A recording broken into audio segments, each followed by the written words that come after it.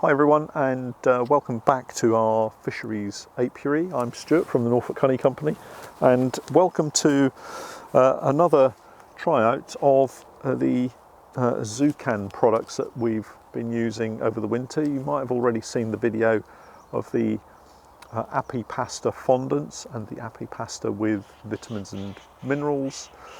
This is Apipasta Plus, and actually in the last video I was calling the Apipasta with vitamins, minerals, amino acids, the plain fondant, Apipasta Plus, but it turns out that it's a completely different product, and it's a pollen substitute. So it's provided by a company called Zucan. Here in the UK, it's distributed and sold by Modern Beekeeping. And if you want to take a look at it, if you go onto their website, not only do Modern Beekeeping sell the Apipasta Plus, but they also have a list of distributors. As you can see, it's a fantastically bright and sunny day today. Hoping to get round to lots of the colonies and get some of this pollen substitute. It's not a supplement, so it's a substitute, and we'll just go through some of the details of it and then show you some of it going on to the hives. It comes in these 1 kilo trays. There's a section on the top which is a kind of soft plastic that you can cut open, peel it back, and then just place it onto the hives, and we'll show you that as we get into it. In terms of the formula, it's predominantly a sugar-based syrup product, which has then had a protein in the form of yeast added to it, and you get quite a nice paste out of it. So it's predominantly sucrose with glucose and fructose, but they've also got the added vitamins and minerals, amino acids added to it as well.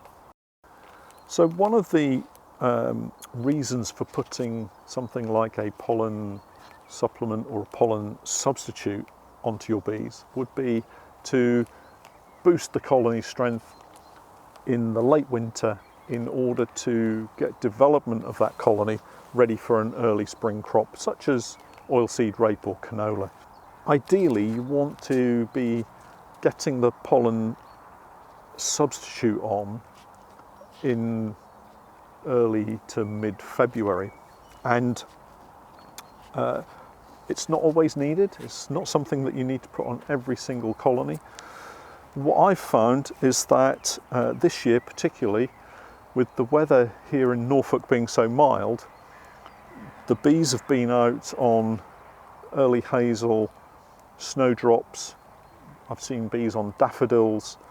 There's winter aconite. There are lots and lots of flowering plants out there that the bees have been heading to. We're now at the beginning of March, and there's almost a pollen break where the snowdrops and the winter aconites, things have maybe gone past their best, and we're just waiting for the willow to come into flower. And for me here in Norfolk, there's at most of our sites we've got lots of willow. But what we need is something that will help the bees get through the next maybe 2 to 3 week period where they've already started developing additional brood. Our colonies actually this year have been fantastic. We've got 80 colonies in total. Of those 80 colonies, there are probably 2 or 3 that are particularly weak. The rest are either strong or incredibly strong. We've not had a winter like it for a long time. Maybe we've managed to get something right. You can probably see we've got a bee flying around here. We've got our apiary just over to my right, your left. But what I need to do is to just make sure that the colonies now can progress where they've started developing the colonies, and they don't suddenly run out of any pollen stores that they've got or access to pollen substitutes. And that's where this comes in really well. It's a really useful product to have to get onto the bees so that you don't stunt that development. I'm just looking across behind the camera here, and I can see that there is a willow that is actually in flower. It's just flowering, and so it won't be long. We won't need to be putting this on for 4 weeks or more, but it will be a really important addition to help the bees progress from now through to maybe the 2nd or 3rd week of March. So let's go through to the apiary. As with the fondants, it's a really simple process, just cutting a hole in it and popping it onto the hives, but we'll show the process. It's Apipasta Plus.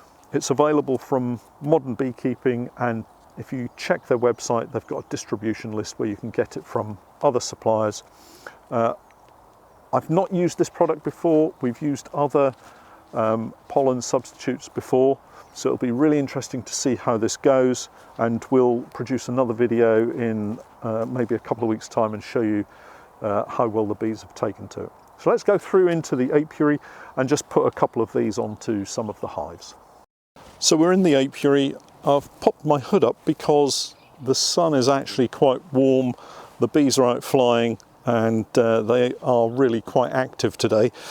So we're going to pop this pack of Apipasta Plus onto this colony. I'm not going to show you, but we just cut a section around in the middle. Although if you were putting it directly onto the frames, you could cut a larger section of the plastic away, but we put it onto a crown board over porta-bee escape holes, so we only really need the middle section opening, and I just fold it back and just tuck it back on itself so that it exposes the Apipasta Plus. If you leave it open, it's likely to dry out, so only cut a hole big enough to go over the area that you're feeding. So let's just have a look. Now, these guys had some fondant on not so long ago, and you can see actually we've got 2 packs here. They've taken everything from this pack, and there's just a little piece at the back edge here. So we'll remove this particular pack here, and then we can pop this straight down on top of that hole. The bees inside this pack, we'll leave the packet inside the roof. We've got a gap here where the bees can crawl back in. It's important to leave a gap so that the bees don't get trapped under the roof. So we can leave these now with that Apipasta Plus, and we'll come back and check them in a week or so and see how they're getting on. So we've fed those bees. We're going to continue with some of the other bees now and give them some of the Apipasta Plus. As I say, it's really a fantastic stopgap between the late winter pollens, snowdrops, aconites, that kind of thing, and then the little gap that we have to the willow. But because the weather's so mild, we've actually got some of the willow, and it is very, very early, and a lot of the other willows are not going to be in flower yet. So this is a really great stopgap between the two.